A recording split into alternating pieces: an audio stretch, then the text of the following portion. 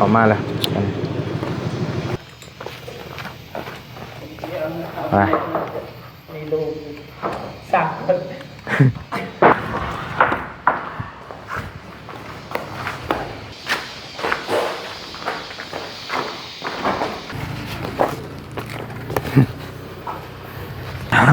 ไม่ใช่ว่าเขาจะแจงราคากันไหมโดยเพราะว่าแต่ว่าญาติงบงานโบกก่อนเนาะโดยเพราะว่า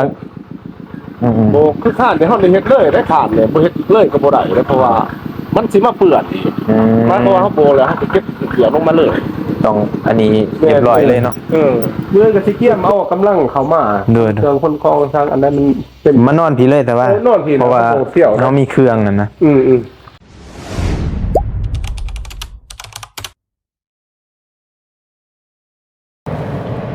เปิดภาพมาเดี๋ยวเนาะก็อยู่บ้าน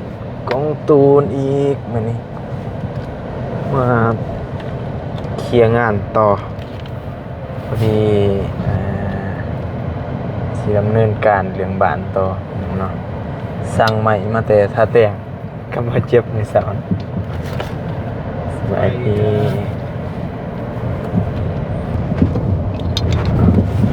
กราบทักทายสบายดีเด้อพ่อแม่พี่น้องเนาะ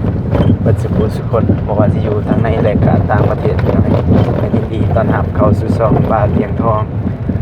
เนาะเดินทางมาบ้านพี่น้องเนาะสั่งใหม่มาแต่ท่าแต่งพุ่นแหละเพราะว่าอยู่ฝุ่นมันถึกแน่ใหม่มันเตรียมให้สร้างโบกนั่นแหละพี่น้องเนาะมาเอาไว้ก่อนเพราะว่าเพิ่นสิเฮ็ดหาเฮ็ดหยังยูพีแพงไรใหม่48ที่ซื้อตัว150,000ไม่8กับ110,000บ่ไหวเนาะเลยสั่งมาแต่ถ้าแตกประมาณ20กิโลแต่ว่าเป็นก็คิดมีแต่ตัว185ใหม่ธรรมดานะพี่น้องเนาะบ่ได้เอาใหม่แดงใหม่หยังเอาใหม่บางเพราะเอามาเฮ็ดไมโครฟ้าใหม่แปลนแบบ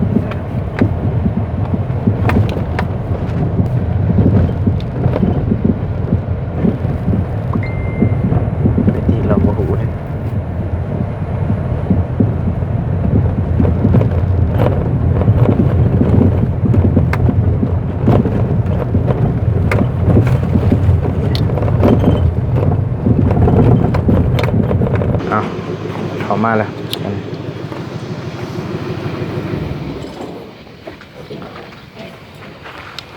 ไม่เปลี่ยนแบบแล้วก็ไม่เส้น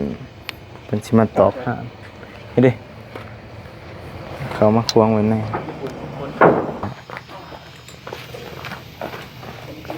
ไปมีลูกสั่งหาเมียก็มันได้กันตอนนี้มึงท่านหาเมียบ่ทันใด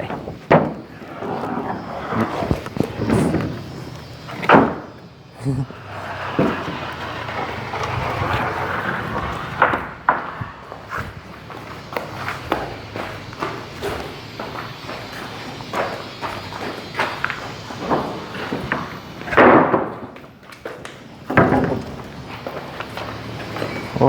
พอดีมากครบเลย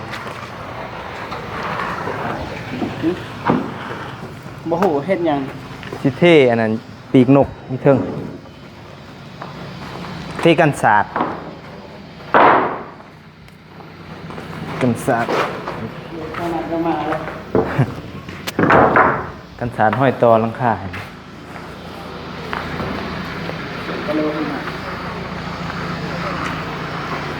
เดี๋ยวทาเข้านึง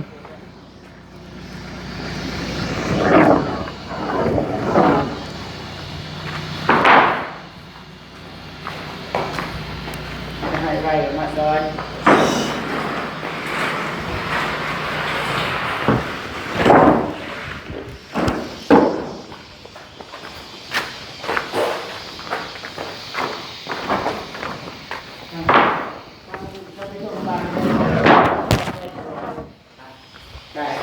จะไปชมขนาดใจสวยตอนตอกตอนนอนอันนี้สาวรักเวลา30 บาทเป็นเมืองละมากเลย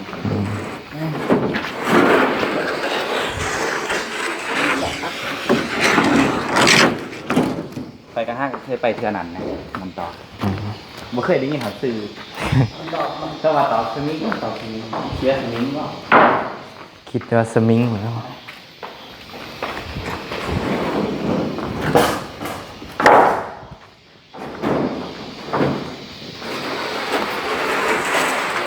สามเลยจ้ะมาเลย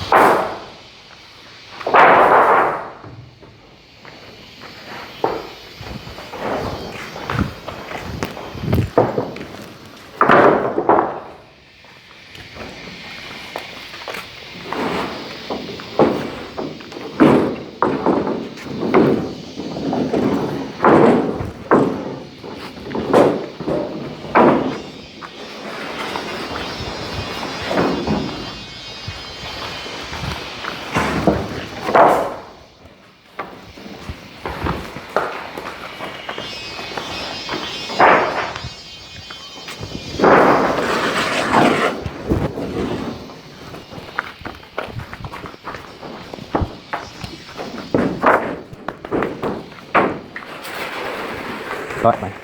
ถ้าทำไงขึ้นแล้วไป จะครบแล้ว เป็นตาที่หาง อ่ะ2 4 6 8 10 12 45เขาแหละไม่ได้ ครับว่า เฮ้ยขอบใจอะไรใจคือกัน วาดป่ะ ว่าก็ได้ เรียบร้อยเนาะแต่ว่าทั้งนั้นสั่งกะโหลมาปูของน้ำก็เลย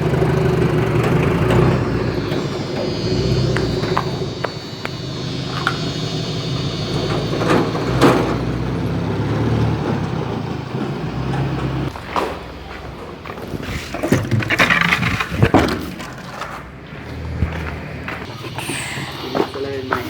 ฮะ เลยใหม่คืออะไร มาได้สิเริ่มไหม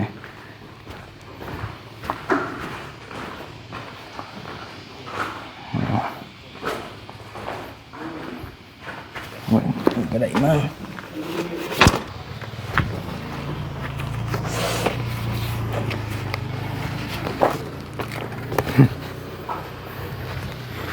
มันหนักมันไหน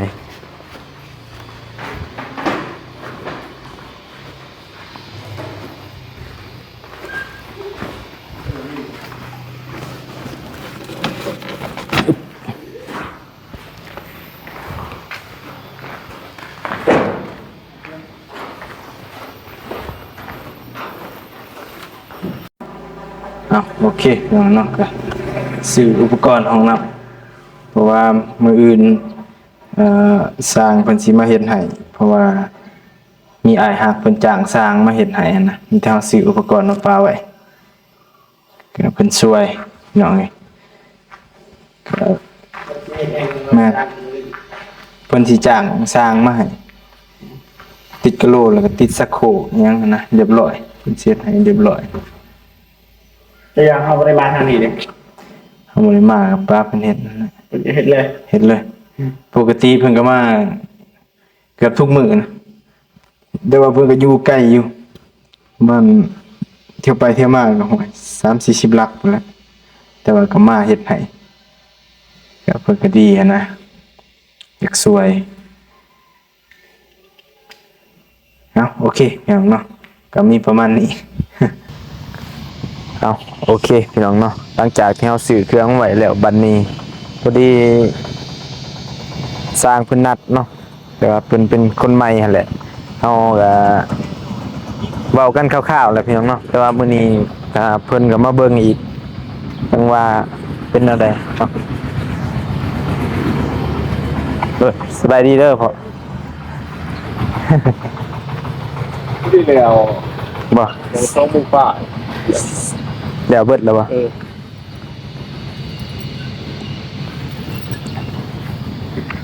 ไม่ครบแล้วเนาะ โดยครบแล้ว แต่ว่ามันอยู่ในกระล่มนี่รายละเอียดอยู่หรอก โดยได้ เรื่องของถือว่าสะดวกเนาะ โดยสะดวก ได้ บุญกับบญงบญยาก บ่ยากมีแต่ว่าเบิดแล้วก็เฮาสั่งมาให้ คือ ให้สร้างอุปกรณ์นี่บ่ยากดอก ไม่แต่ Facebook ให้มันแหละให้เจอหลอกหนองมันแหละ โดยเอาซ้ำรอบนอกตัวเฮาว่ากัน ตู้เซาตู้อันนี้นี่เฮ็ดเลยสิ ต้องไล่สรุปราคา มีแต่ว่าเขาสิแจ้งราคากันไหม โดยเพราะว่า แต่ว่า อย่าง นิ่ ง ง บ ๆงานโบกก่อนเนาะ โดยเพราะว่าโบคือข้านเดี๋ยวเขาได้เฮ็ดเลยได้ขาดเลยบ่เฮ็ดเลยก็บ่ได้เลยเพราะว่ามันสิมาเปื้อนอีกมาเพราะว่าเขาโบแล้วเขาสิเก็บเกี่ยวลงมาเลย ต้องอันนี้เรียบร้อยเลยเนาะ คือสิ่งต่างคือตัวนี้เลยเขาเฮ็ดกำลังก็ได้ โดย คือตัวนี้เลยเฮ็ดกำลังก็ได้คือเขาคือมันคือพวกนี้มันเฮ็ดกำลังบ่ได้แล้วคือเปื้อนแต่เขาโบแล้วเขาประจับ โอเคโดยก็มีแต่ประเมินเบิ่งเพราะว่าตอนนี้เฮางบเฮามีแต่ส่วนโบกนี่แหละ ค่อยว่าคันมันสูงก็สิประมาณรัก3เท่านั้นแล้วรัก3ลงมา ทางเบิดนี่บ่ ก็คิดว่านะเวียกเนี่ยมันสิบ่เกินหันดอก เอาบ่มันบ่สูงหลายเกินที่ว่าเฮาย่านหั่นนะบ่คันว่าทางนอกทางในหั่นบ่แล้วมันก็นักแน่เนาะ โดย แล้วมันมีแต่ทางนอกนี่สิบ่ปานนั้นดอกสิไปสูงเกินไปนี่เด็กล่มระบบห้องน้ำทั้งนี้แหละลานเลยมันห้องบ่มีห้องน้ำใช้ได้นี่ได้ ห้องน้ำบ่แต่ว่าให้สิให้เพิ่นมาเฮ็ดแล้วมื้ออื่น โอ้เขาจะมาติดตั้งให้ โดยเพิ่นสิตั้งสักของสักโคอีหยังให้ แม่นเลยจังซั่นแล้วสิรอแน่นั่นนะมันตัวเมืองเดี๋ยวซ้ำตัวเมืองแล้วคือกับบ้านนี่เฮาสิ ได้สิไปเข้าใส่นี่ เขาทักได้เมื่อก็สิเกี่ยมเอากำลังเข้ามาเครื่องคนคลองทางอันนั้นมันเป็น มานอนพี่เลยแต่ว่า นอนพี่ เพราะว่า เสี่ยวนะ เฮามีเครื่องนั่นนะแต่ว่าสมัยต่อยังก็หลายอย่างอยู่ เป็นปกติเลยบ่ เล็กเด้อ2เส้น นี่แหละสิใช้ตัวนี้แหละแนวตัวนี้ โดย เฮาอาศัยเล็กนี่มันละเอียดงามนะถ้าสิเฮ็ดจุดจอกที่แจ๊กกันเอาไม้มาใส่มันสิบ่งามนะเสียกอง โดยแต่เฮ็ดก็ มีแต่ว่าเดี๋ยวทุกได้สิว่าเฮาแก่จังลงกันใหม่ โดย เดี๋ยวสิได้เข้าแค่เฮาก็มีแต่ดำเนินการมันเลย แล้วจังสิให้แก่ตามหลังว่าก็ยังหลายอย่างประตูทุกบานยังไงกับเสานี่ก็เบิ่งก็ มันเป็นลมเป็นซั่น นะ โอ้มาเลยเนาะลมเนาะ เนี่ยสิติดห้องน้ำ ช่วงนี้เป็นแค่ลมของน้ำมัน โดยติดพื้นกับกันเปื้อน ครับนะ กำมืออื่นสิเขามาเลย มื้ออื่นเข้ามาสิช่วยๆเนี่ยก็สิเก็บเครื่องเก็บ โดยเพราะว่ามื้อแรงสิให้เขามานอนเฝ้าเครื่องนี่ก่อน ยันเสีย แม่นแล้วเว้ยพอก็ลูกก็พอจะร้องเราว่าโอ้ยอยู่มีมันใจแล้วเราคันดูกับบ้านซื่อๆนะเสียคือกันโอ้ขอมันบ่เกตัวนี่มันนี่สิว่า แม่น ตัวนี้นี่ แต่มื้ออื่นเพิ่นสิมาเฮ็ดให้ ประมาณ 3-4 มื้อ 2-3 มื้อ เหมือนกันว่าบ่มีก็สิยืมน้ำร้านกินเบิกกินน้ำได้เด้อ ได้ มันก็บ่เกินเอาบ่เอาเกินนาเวียงหรอกเอาเล่นนาเวียงวุฒนาเวียงลงมาจังซั่น ซ้ำเฮาได้เริ่มไปแล้วก็บ่เป็นหยัง นี่3-4-5มื้อนี่บ่วดน้ำดอกสิกินเงินเตียง โดย บัตรเป็นผิดเป็นหยังพุ่นนะเฮาก็อยากเลิกเด้ลูกเต่าเด้คนใส่จากซอยเฮาก็สิเอาให้ ได้บ่มีปัญหาแม่นก็ปกติก็ เรียบร้อยกินขนมไปซั่นเด้ โดยได้บ่มีปัญหา มีแต่ว่าอะไรกันตำปิ้งเนาะนาเวียงเนาะ โดยก็ตามเว้าหั่นแหละ เราบอกว่าเรียมหรือว่าเรียมเช้าเนี่ยเรียมเช้าเขาบ่ทันได้เปิดอันบวกเช้าเนี่ยเขาบ่ทันได้เว้าราคาว่าเขาเคยเรียมนี่ราคาเดียวกันหมด โดย เป็นเรียมเช้าเป็นเรียมผ้ากันแล้วแต่เงินราคาเดียว แต่บัดเขาเฮ็ดเสาหันเขาจะเฮ็ดอะไรราคาทาง เนาะ เขาเฮ็ดเขาโบกกันนะก็สิอยู่ในตัวนั้นก็บ่เกิน30บ่ ตู้อะไรมันทำมันแล้วแต่บัดเขาโบกราคาทางคือเท่าหนาราคาตางนะครับ แล้วเจ้าก็จังเว้าเบิ่งแต่เพื่อเอาเสาะหาเงินนะถ้าว่าบ่มีก็จังโจกกัน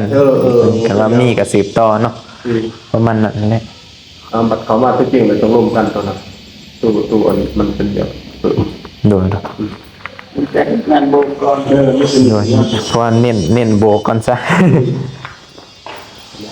มันโบกกับตัวใดมันต้องจำเป็นต้องได้เฮ็ดนั่นก็เฮ็ดเลยดอก เข้าสิบโมงได้เข้ากับต้องจับเดียมก้อนนอนเนี่ยเนาะ โดย อาจารย์นะบัตรผลตัวนี้ก็คือกันนี่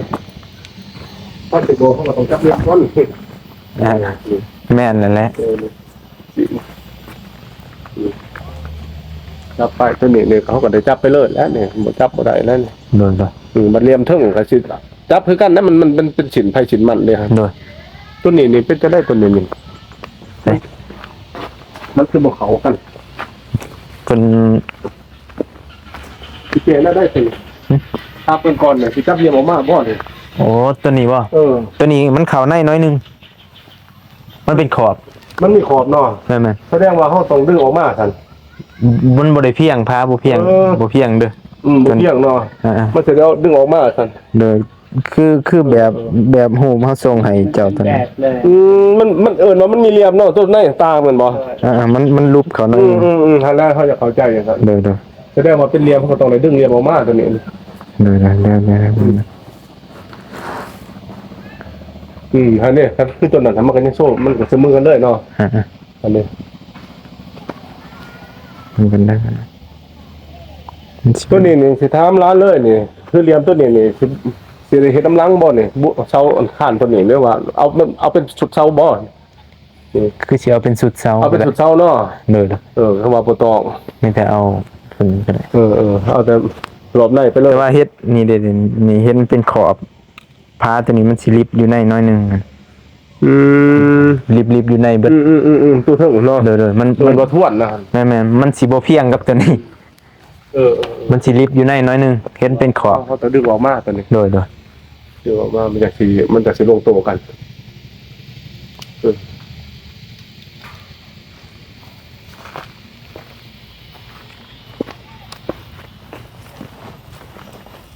จะขึ้นเลยครับเสมอเลยเนาะ เสมอเลย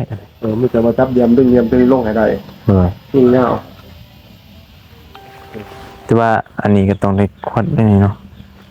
ขั้นว่าตามหันมันก็ต้องได้ดึงไปเลยแล้วควัดให้เขาร่วมกันไหมแล้วมันลายรี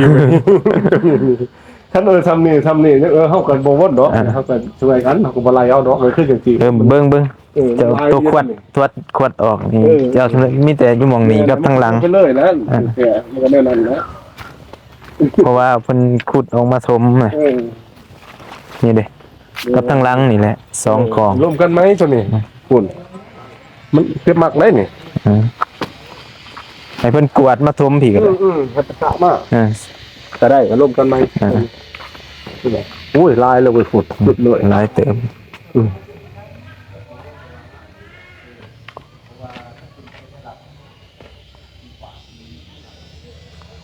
การร่วมกันทั้งสั้นแล้วเท่านั้นละ โอเค เอื้อนพวกใครที่เขากำลังเขามาห้องน้ำช่างครบมันเลยเนาะ ครบแล้วมีแต่เพิ่นมาเฮ็ดก็แต่ว่าน้ำก็ใส่ถังใส่หยังก่อนแล้วก็ได้กันว่าอันนี้พอได้เข้าก่อนแต่ว่า น้ำนะครับโล่งเสียปูนนี่มีอีกวะทางปุ๋ย ก็ผู้หญิงอยู่ในบ่น้ำก็ต่อก็ผู้หญิงมี พื้นไฟสะดวกเนาะ สะดวกน้ำก็สะดวก สะดวก มันบ่มีแต่ห้องน้ำไม่ซื่อง านโบเลยถ้าว่าน้ำบ่สะดวกท่อน้ำได้มีบ่ ห้องน้ำก็มีอยู่ ท่อน้ำหอบเลยแล้วเวลาเขาถือเขาแล้วบ่มีก็ซื้อมาเติมกันมีแต่เจ้าโทรใส่บางที่ก็บ่ได้มานะ ก็ชิดก็พอจนแล้วเป็นหลัก โดดเพราะว่า เอาก็เล่าหน่อยละมียังก็ได้ แต่ว่าเฮาเป็นผู้จัดการนะเพราะว่าเฮามีแต่สั่งโทรสั่งแต่ว่าเรามีแต่เบิ่งซื่อๆดอก เราเป็นผู้มันดูแลเบิ่งให้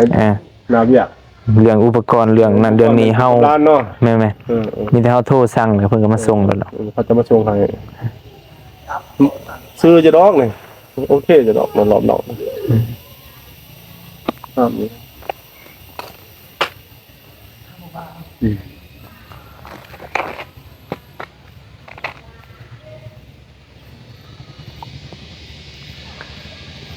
นะฉะนั้นแหละ โดยอ่ะขอบใจอะไรขอ สบายดี โดย เออ เนาะโอเคเพิ่นเนาะทั้งพอเพิ่นก็เป็นสร้างแต่ว่าให้เพิ่นมาเบิ่งทางนอกนั่นแหละแต่เพิ่นก็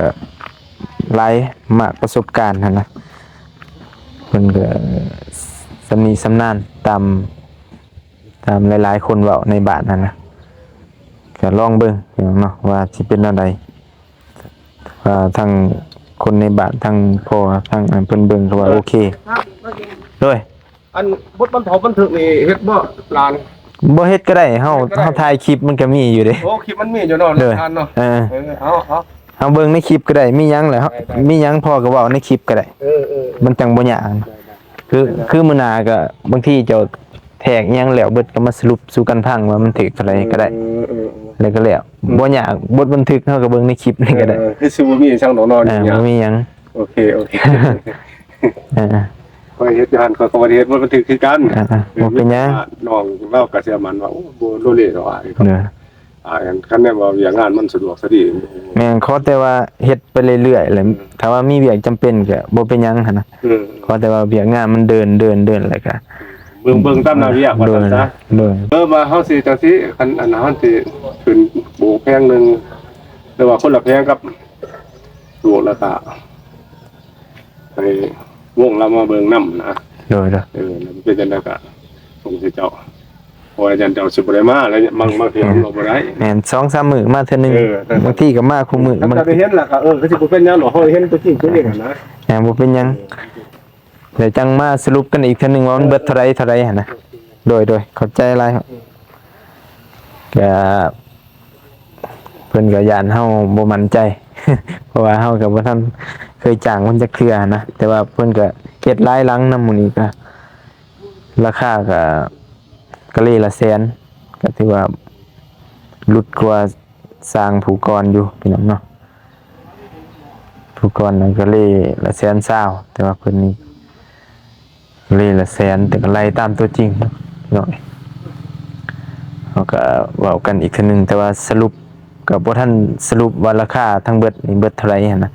แต่ก็อยู่ในราวๆประมาณ20ปลายล้านส่วนที่โบกนี่นะก็พังเบิ่งเนาะเพิ่นก็แทกบ่ทันหอบมันนะทางเทิงมันขึ้นแทกบ่ได้แต่ก็มีอยู่ประมาณ20กว่าล้านแล้วก็เสาแต่งอีหยังก็ต่างหาก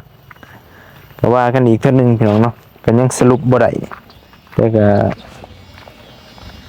เพิ่นก็ประสบการณ์หลายหั้นนะทั้งพ่อก็ว่า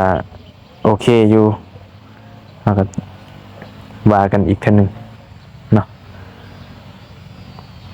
เอาก็มีแต่ประมาณนั้นแหละพี่น้องเนาะจะได้ก็ขอบคุณขอบใจหลายเด้อพ่อแม่พี่น้อง FC เนาะที่เข้ามาติดตามแล้วก็เป็นกำลังใจเนาะทางบ่มีพร้อมด้วยทีมงานเบิดทุกคนเนาะมีอะไรบ่มีก็สิมาอัปเดตให้พี่ให้น้องเติมเนาะจะได้ก็